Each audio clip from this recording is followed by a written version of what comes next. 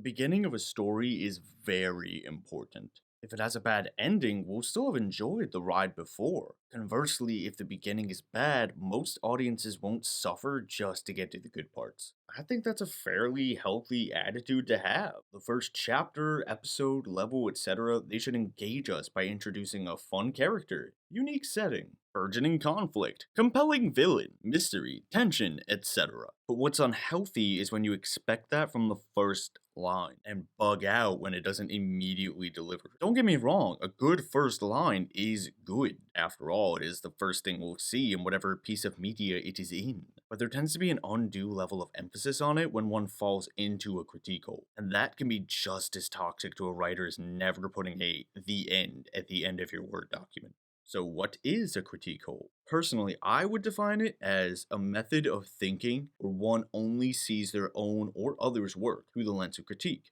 comparing it to either an unobtainable fallacy or a predetermined set of criteria usually expected by a specific group. In short, anyone who expects perfection or says your show didn't hit the exact beats of the hero's journey. In this video, I'll speak on the critique hole I started falling into with my own writing, as critique holes vary based on the situation, medium, and people. As I have given subtle hints to in the past, cough cough dot wave, I've written a book about an exiled princess and warrior taking revenge on those that wronged them in a fantasy Bronze Age South India. I'm finishing up the last edits to have it ready for beta readers soon. Once their edits are given, I'll wrap the thing up and start the queries. But when I first started writing this, I just kind of blurted out like 90% of the first draft in a year from basically the top of my head. So I've spent a lot of time editing. Being a naturally critical person, that wasn't hard, and my wife gave her 2 cents when she could, but suggested I start looking for outside critique.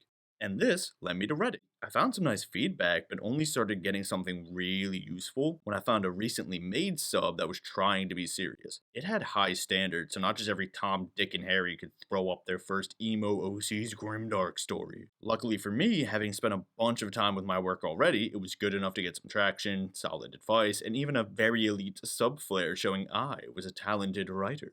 Anyways, having gotten the help and being a good citizen, I gave back to the community. I proceeded to critique other posters, read up on the sub's resources, apply this mindset to other work beyond the sub, and overall just immersed myself in the mindset of a serious critiquer. I even got a couple of flares on the sub for my critique as well. One of the rules on the sub, one that the creator and head mod espoused all the time, was to have a great first line, or at least first few. Basically, if your first page didn't have something compelling that the reader could fully grasp, he didn't even bother. So, like the good little brown noser I am, I started giving advice and critique on first lines. Eventually, I stopped reading someone's posts and dismissed them if they didn't have something good on the first page or first few lines. Some of this was justified. I mean, if you're starting with your emo girl getting out of bed and spending a whole page describing her ebony raven black hair, maybe you should try again. Besides, Ice and Fire starts with some intrigue and danger. Why can't you somehow? But that's how my critique hole started. It doesn't excuse how I started taking this too far. I pulled up some free samples of published books and ignored them if their first line wasn't some gold standard. Published books. Not some randos on Amazon throwing up whatever cringy crap they can come up with. People who have already made it.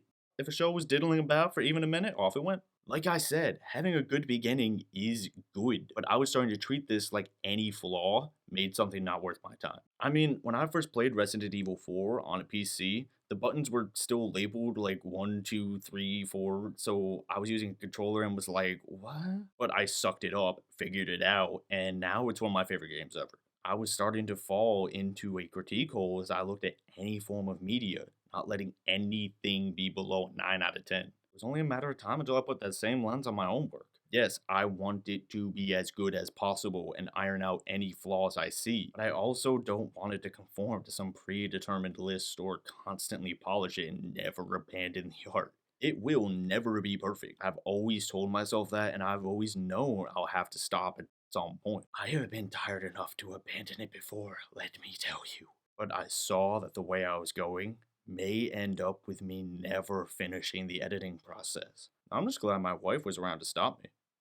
Now I've gotten off Reddit and I still look back on my time there fondly. I got some great critique, learned a lot. You can't please everyone, and you just have to push ahead with what you want your story to be as best as you can. Try to improve, but don't expect perfection. Have an engaging beginning, but don't try to fit some predetermined mold that basically gives away everything from the start. Be critical, expect good things, but like everything, be reasonable. And remember, you can do it, whatever it is.